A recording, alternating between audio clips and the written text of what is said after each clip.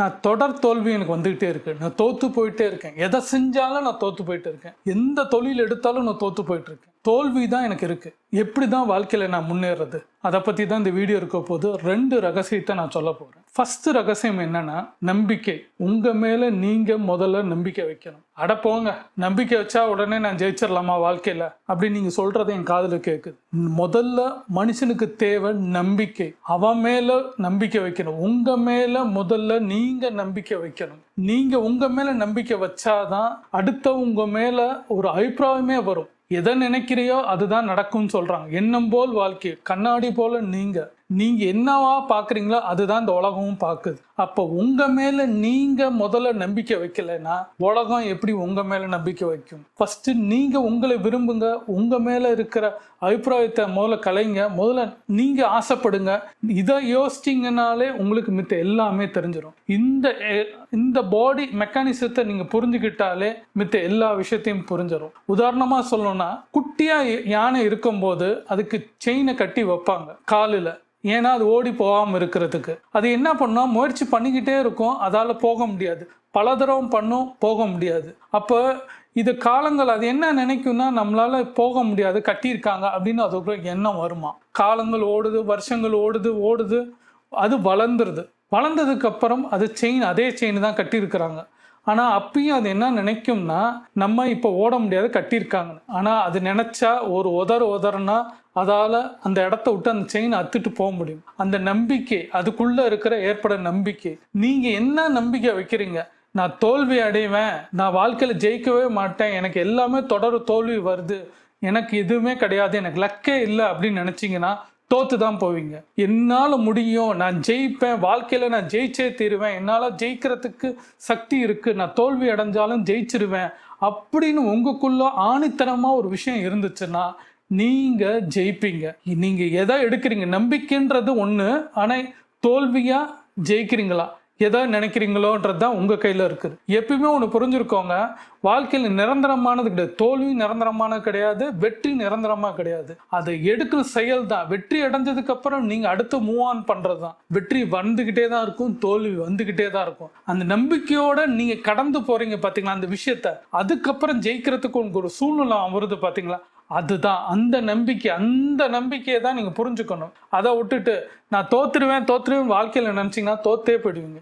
ஜெயிப்பேன், இன்னைக்கு நான் பாடத்தில் தோத்துட்டேன், எக்ஸாம் தோல்வி அடைஞ்சிட்டேன், நிச்சயமாக நான் ஜெயிப்பேன், அடுத்ததில் முயற்சி பண்ணுவேன். இந்த இன்டர்வியூவில் நான் தோத்துட்டேன், நிச்சயமாக நான் ஜெயிப்பேன். எனக்கு கல்யாணம் ஆகலை, நிச்சயமாக எனக்கு ஆகும், முடியும், ஜெயிப்பேன் இப்படின்னு சொல்லி பழகணும்னா ஒரு நாள் இல்லைன்னா ஒரு நாள் உங்கள் இதில் நிச்சயமாக நடக்கும். 2வது, தோல்வி அடைஞ்சதுக்கு அப்புறம் நம்ம அழுதுருவோம். எல்லாருக்கும் வரும், எனக்குமே அது வரும். ஆனால் தோல்வி அடைஞ்சிட்டா நிச்சயமாக உங்களுக்கு ஒரு வெறுமை இருக்கும்.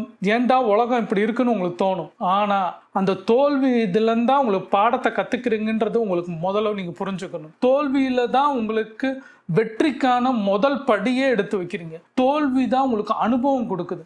அந்த அனுபவம் தான் உங்கள் செயல் வடிவம் கொடுக்குது. அந்த செயல் வடிவம் தான் திருப்பும் அந்த தோல்வி அடைஞ்ச நேரத்தில் நீங்கள் செஞ்ச ஒரு தப்பான விஷயத்த திருப்பி செய்ய மாட்டீங்க. திருப்பி செய்யாதனால புது வடிவம் கிடைக்கும். அந்த புது வடிவம் ஜெயிக்கிறதுக்கான முதல் படியை எடுத்து வைப்பீங்க. அந்த முதல் படியிலிருந்து திருப்பி முயற்சி பண்ணும்போது நீங்கள் ஜெயிக்கிறதுக்கான வேலையை நீங்கள் செய்ய ஆரம்பிக்குமா, அந்த பாதையை பிடிப்பீங்க, திரும்பவும் அதை செய்ய மாட்டீங்க. சரியா?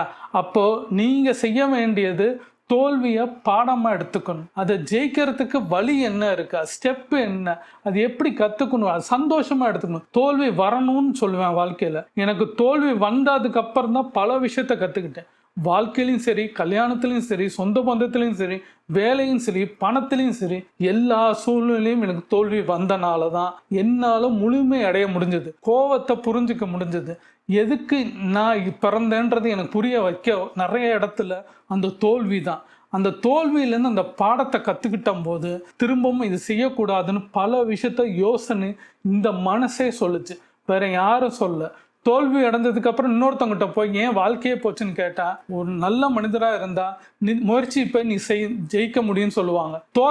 திருப்பி தோத்தவன்ட்டே நம்ம பேசினோம்னா அவனும் நானும் தோத்துட்டேன் நீனும் தோத்துட்டு வா உட்காந்து அழுவோன்னு சொல்லுவான். அவங்கள மாதிரி இல்லாமல் நல்ல மனிதர்கள் கிட்ட பேசும்போது, ஏன் உங்ககிட்டயே நீங்க பேசும்போது தோல்விக்கான விடை இங்கேயே இருக்கு. தோல்விக்கான வெற்றியான வழியும் இங்கே இருக்கு. நீங்க நிதானமா யோசிச்சிங்கன்னா நிச்சயமா வழி நடக்கும். நம்பிக்கையா இருக்கும் போது உங்களுக்கு என்ன தோணும்?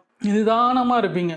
நிதானமா வரும்போது நம்பிக்கையில் உங்களுக்கு நல்ல வழி காமிக்கும். அந்த வழியை நீங்க எடுத்து சொல்லும் போது என்ன ஆகும்? நிச்சயமா செய்வீங்க. நிதானமா இல்லாம நீங்க செஞ்சீங்கன்னா என்ன தரும்? நம்பிக்கையே இருக்காது. நம்பிக்கை இல்லைன்னா என்ன ஆகும்? நீங்க செய்கிற செயல் எல்லாமே தப்பா போகும்.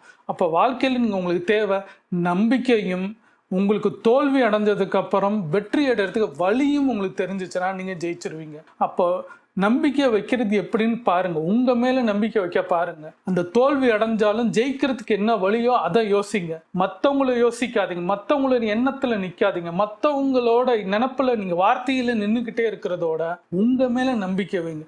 உங்க செயல்ல நம்பிக்கை வைங்க.